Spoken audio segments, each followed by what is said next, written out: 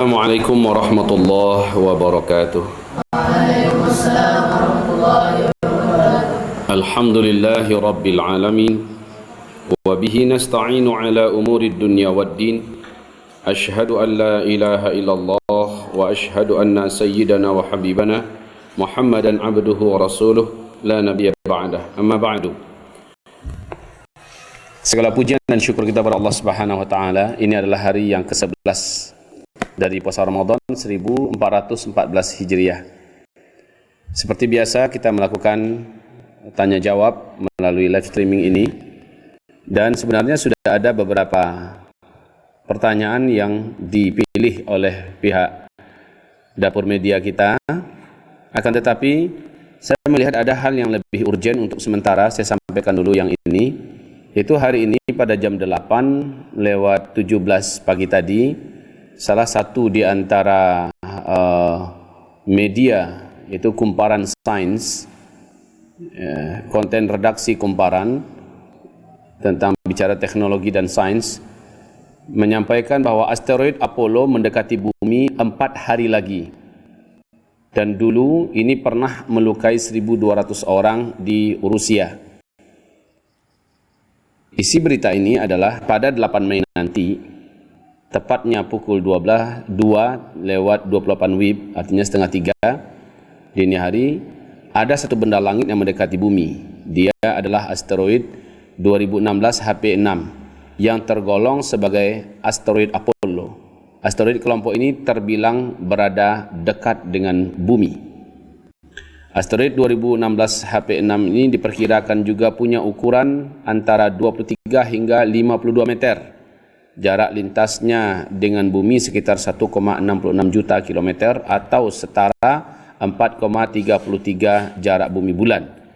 Sementara kecepatan lesatnya mencapai 5,72 km per detik. Ya. Yang inti beritanya di sini menyebutkan ini tepat tanggal 8 Mei. 8 Mei berarti pas tanggal 15 Ramadan. Itu hari Jumat, dan itu adalah menjelang subuh. Saudara-saudaraku yang kami muliakan, makin lama karena menunggu waktu yang hanya tinggal beberapa hari ke depan, itu 4 hari ke depan, makin menegangkan isu tentang hantaman meteor menabrak bumi bertepatan dengan tanggal 15 atau pertengahan Ramadan dan bertepatan dengan hari Jumat, dan seluruhnya memang serba kebetulan, qadarullah. Lalu muncul persiapan-persiapan serius yang harus dipersiapkan. Ketegangan, ketakutan, kekhawatiran, semuanya bersatu di dalam dada banyak manusia, khususnya orang-orang Islam. Saudaraku yang kami muliakan, saya sudah memberikan tanggapan tentang hal ini, dan tanggapan ini saya kuatkan kembali sekarang, bahwa melakukan persiapan apapun bentuknya selama itu positif tidak ada ruginya. Mempersiapkan makanan, mempersiapkan minuman, mempersiapkan tempat tinggal yang aman, mempersiapkan segala-galanya yang bisa untuk dipakai di hari-hari yang sulit dan susah, itu memang adalah hal yang baik. Akan tetapi bila sempat persiapan yang kita lakukan sampai kepada tingkat tidak masuk akal dan bahkan merugikan dan membahayakan, umpama langsung dia minta berhenti kerja, ya, resign dari pekerjaannya, langsung dia bawa keluarganya lari ke hutan, langsung dia bawa dia jual semua rumahnya, dia jual semua asetnya, dan dia mulai mencari tempat persembunyian yang jauh dari kehidupan dan keramaian.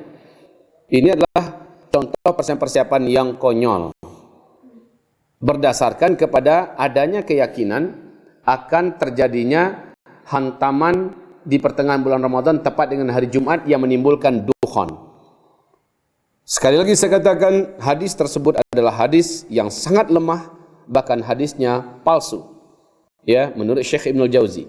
Oleh sebab itu tidak dari sana kita mempersiapkan diri. Oh Ustaz, bukankah ada pendamping-pendamping dari keadaan yang sedang terjadi sekarang yang mengisyaratkan betapa memang pasnya waktunya sekarang?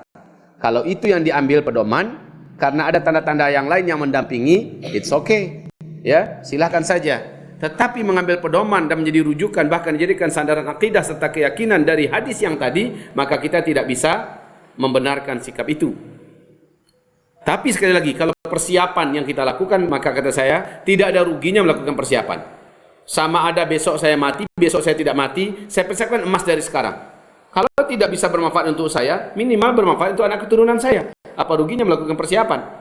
Saya beli tanah di daerah perkampungan, dan di situ saya akan buatkan rumah, saya akan buatkan nanti pertanian lahan saya beli tanah, saya buat rumah, kemudian saya buat pertanian. Ada ruginya enggak? Tidak. Kalau ternyata dukhan terjadi, kita sudah siap. Kalau dukhan tidak terjadi, kita sudah punya lahan di mana anak keturunan kita bisa menikmati lahan itu. Jadi kita harus berpikir cerdas. Nah, saudara-saudaraku yang kami muliakan, apalagi saya sekarang sedang menganjurkan kita semua agar serius mempersiapkan dan menyetop makanan. Karena ini bukan berkaitan dengan masalah dukhan saja. Seandainya dukhan terjadi, stok makanan adalah harga mati yang tidak bisa ditawar-tawar. Tapi kalau dukhan tidak terjadi, kondisi corona pada hari ini yang sifatnya sudah menjadi pandemi global, di mana setiap negara-negara penghasil biji-bijian, penghasil makanan-makanan utama pada hari ini stop memproduksi secara besar-besaran dalam tahapan di mana mereka bisa mengekspor hasil biji-bijian mereka, seperti Amerika, seperti Vietnam, seperti Afghanistan, seperti Thailand dan lain-lainnya. Ini mereka sekarang stop. Stok yang ada pada mereka hanya terbatas untuk komunitas mereka saja. Dan banyak negara-negara di muka bumi ini sekarang sudah mengkhawatirkan tentang adanya kesulitan makanan di masa-masa yang akan datang. Dan ini para pakar dan ahli sudah berbicara. Maka kalau saya ajarkan, ayo saudaraku persiapkan makanan. Tumpuk semampu mungkin makanan yang mampu bertahan dalam jangka waktu yang lama. Yang bicara ini bukan hamba Allah Zulkifli Muhammad Ali saja, tetapi juga para pakar-pakar dan ahli-ahli kita di bumi ini sudah membicarakan perkara yang sama, di mana ada baiknya kita mempersiapkan. Sekali lagi, kalau tidak terjadi, alhamdulillah, toh padi bisa kita jadikan beras, ya. Kemudian padi bisa kita jemur berulang-ulang dan bisa tahan dalam rangka bertahun-tahun. Kalau kita siapkan kurma, maka kita peti eskan kurmanya, bisa mampu bertahan selama bertahun-tahun, bisa kita makan, bisa kita sedekahkan, ya. Kalau kita persiapkan makan-makanan kering seperti ikan yang kita keringkan atau sardin atau apalah pokoknya, tidak ada ruginya. Seandainya tidak terjadi apa-apa, alhamdulillah, sedekahkan ke pesantren, sedekahkan ke panti asuhan dan sebagainya. Tapi kalau terjadi, kita siap. Orang-orang non-muslim di luar sana sudah mempersiapkan dirinya, kenapa kita masih tidak mempersiapkan apa-apa? Oh, saya tidak mau persiapkan karena ini adalah hadisnya palsu. Bukan itu masalahnya. Masalahnya ke depan kita memang akan menghadapi hari-hari yang maha sulit, di mana makanan sulit didapat. Pada akhirnya orang-orang akhirnya kalap dan gelap mata, lalu dia akan melakukan apa saja demi bisa bertahan hidup. Dirinya, istrinya atau anak-anaknya. Maka dia akan lakukan apa saja. Bila ia lemah, dia akan bunuh diri. Bila ia kuat, dia akan mungkin membunuh kesana kemari. Jadi persiapkan makanan, ya, ini penting sekali. Persiapkan makanan. Sekali lagi sama-sama kita berdoa kepada Allah di bulan yang suci ini, semoga tidak ada apa-apa yang terjadi. Tapi kalau apa-apa yang terjadi, kita sudah siap. Apa ruginya kita melakukan persiapan? Pikirkan itu, saudaraku. Kejadian seperti lockdown di mana-mana negara, ya, dan termasuk di kota-kota kita, PSBB, dan bahkan ada beberapa kota sudah melakukan semacam lockdown, di mana aktivitas sudah tidak ada, mereka sudah tidak bisa lagi berbelanja. Ayo bagaimana? Sekarang para peternak sudah menjerit. Banyak para peternak ayam melepaskan ayamnya karena tidak ada lagi yang akan diberikan makanan buat ayamnya.